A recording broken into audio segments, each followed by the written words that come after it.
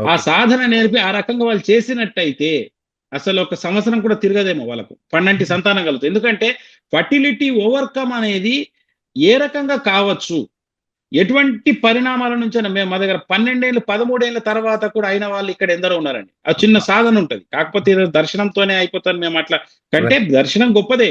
కానీ ఒక చిన్న కుండలీశ నాగ సాధన చెప్తాం. అది ఇద్దరు భార్యాభర్తలు కలిసి చేయాలి. ఓకే. ఓకే.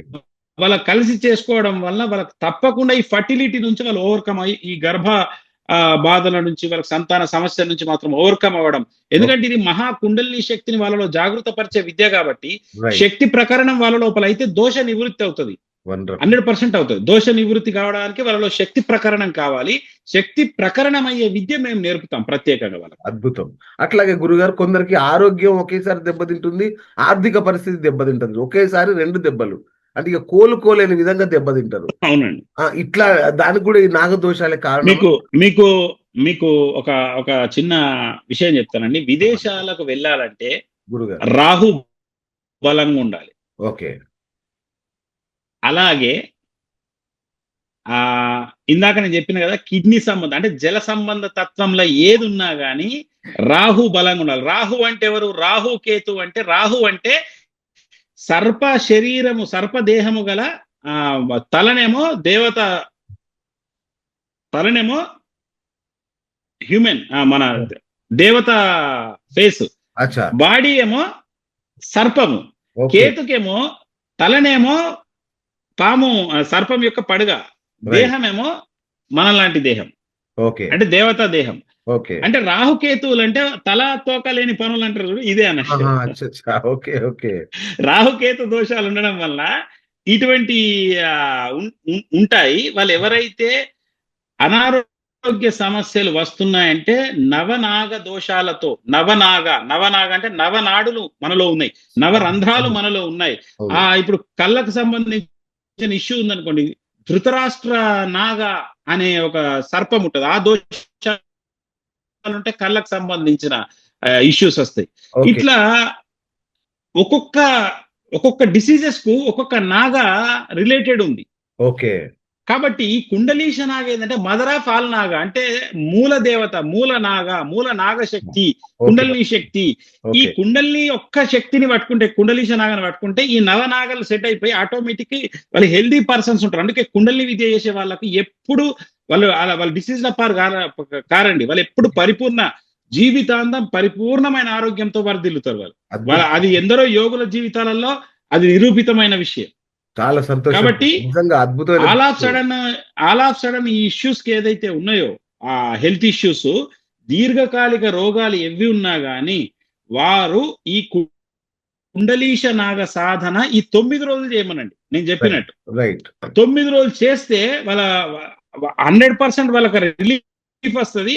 తర్వాత వాళ్ళకు దీర్ఘకాలికంగా ఎట్లాంటి సాధన చేసుకోవాలో మళ్ళీ నేను వాళ్ళను గైడ్ చేస్తూ ఉంటాను. గురుగారు ఇప్పుడు ఈ కుండలీశ నాగ దీక్షను మన రాజశ్యామల పీఠం నిర్మల్‌కే రావాలా? ఇంట్లో ఉండి కూడా చేసుకోవచ్చా? మంచి ప్రశ్న. ఇది ఏంటంటే ఇది కొందరు దూర ప్రాంతాలు, ఇప్పుడు మనం ఇది స్టేట్ వైడ్ ప్రచారం వెళ్తుంది. అవును. వాళ్ళు ఎక్కడనో ఒక విశాఖపట్నం నుంచి ఇక్కడికి రావాలి, అవును. వాళ్ళు ఇంకెక్కడో నెల్లూరు నుంచి రావాలంటే వీలు కాదు కదా. అప్పుడు ఏం చేస్తామంటే వారు మనకు పీఠంకు సంప్రదిస్తే పీఠం వారికి అవును. వారు వెంటనే వారి యొక్క అడ్రస్ కి కుండలీశనాగ ఫోటో, కుండలీశనాగ లాకెట్, అలాగే కుండలీశనాగ రక్ష కంకణము, ప్రార్థన పూజా విధానానికి సంబంధించి ప్రార్థన సంకల్పాలు ఏ రకంగా చేయాలి, దోష నివారణల కోసం ఎటువంటి వాళ్ళు ప్రార్థనలు ఆచరించాలి అనేది ఇవన్నీ చెప్పి అతి సింపుల్ గా వాళ్ళ ఇంట్లో 9 రోజులు పీట పెట్టుకోకుండా, పీట అదంతా అవసరం కూడా లేదు, పూజా మందిరంలో పెట్టుకొని ఉదయం సాయంత్రం దీపారాధన చేస్తూ వాళ్ళ పనులన్నీ చేసుకుంటూ, ప్రత్యేక డ్రెస్ కోడ్ కూడా అక్కర్లేదు, జస్ట్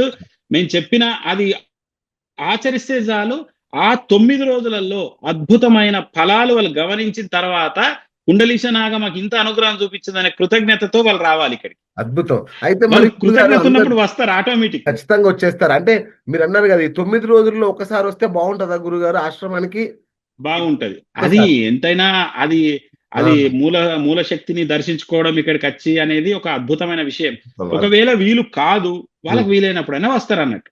అంటే మనం ఎట్లంటే ఒక పర్టికులర్ ఒక రూల్ అనేది నేను ఇట్లా అంటే ఇది చెయ్యాల్సిందే అనేది పెట్టానండి. వాళ్ళ ఫ్లెక్సిబిలిటీ ఈ కాలంలో ఎన్నెన్నో టెన్షన్లు ఉన్న రోజులు ఇవి. వాళ్ళ ఫ్లెక్సిబిలిటీని బట్టి మేము ఏం చేస్తామంటే వాళ్ళ భక్తుల వద్దకే మా యొక్క సేవలు అందించే ప్రయత్నం ఎప్పుడు పీఠం చేస్తుంది, మీకు కూడా తెలిసే. అవునవును.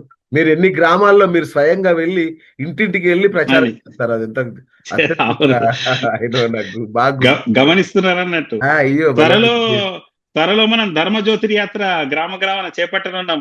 ఇక మీరు అవన్నీ నేను వస్తాను గురుగారు, మీతో పాటు మీరు పాల్గొంటాను నేను. దగ్గరుండి మీరు అన్ని చూసుకోవాలి. తప్పకుండా, అది మా భాగ్యం గురుగారు, ఖచ్చితంగా చేస్తాను. కుండలీశనాగ అయితే ఒక రోజు దర్శించుకుంటే ఈ 9 రోజులలో కుండలీశనాగ బ్రహ్మ జ్ఞానోత్సవాలలో చాలా మంచిది. ఒకవేళ లేకపోయినా మీకు వీలైనప్పుడు రావచ్చు, అంతే కదా. రావచ్చు. ఇంకొకటి, ఇప్పుడు మాలాంటి వాళ్ళందరూ ఆఫీసులు, పనులు, అన్ని సామాన్యులకు అంతా ఇదే సమస్య ఉంటది కాబట్టి ఒక రోజులో ఎన్ని గంటలు కేటాయించాలి ఈ 9 రోజులలో? అట్లాగే అయ్యో, మార్నింగ్ 15 నిమిషాలు, ఈవినింగ్ 15 నిమిషాలు అంతే. ఉదయం 15 నిమిషాలు, సాయంకాలం 15 నిమిషాలు సరిపోతుంది. సాయంకాలం అంటే ఆఫీసుల నుంచి వచ్చిన తర్వాత 15 నిమిషాలు సరిపోతుంది. ఆ 15 నిమిషాలలో అద్భుతమైన సాధన పంపుతున్నాం. అది చాలా బ్రహ్మాండంగా ఉంటది. దాని తర్వాత వాళ్ళ యొక్క ఫలితాలు కూడా వాళ్ళు పరీక్షించుకోవచ్చు. ఎక్కువ కష్టం ఏమి ఉండదు. సాధనా నియమాలు కఠినంగా ఉంటాయి గురుగారు, ఎట్లా అంటే? అసలు లేదు. అస్సలకి ఏంటంటే జనరల్ లైఫే వాళ్ళది ఉంటుంది. కానీ ఆ 9 రోజులు కొంచెం, ఆ 9 రోజులు మాంసాహారానికి దూరంగా ఉండాలి. ఓన్లీ శాకాహారం తీసుకుంటూ ఉండి వాళ్ళ హెల్త్ పరంగా ఏదైనా ఉంటే వాళ్ళు ఆ టైం టు టైం తినవచ్చు.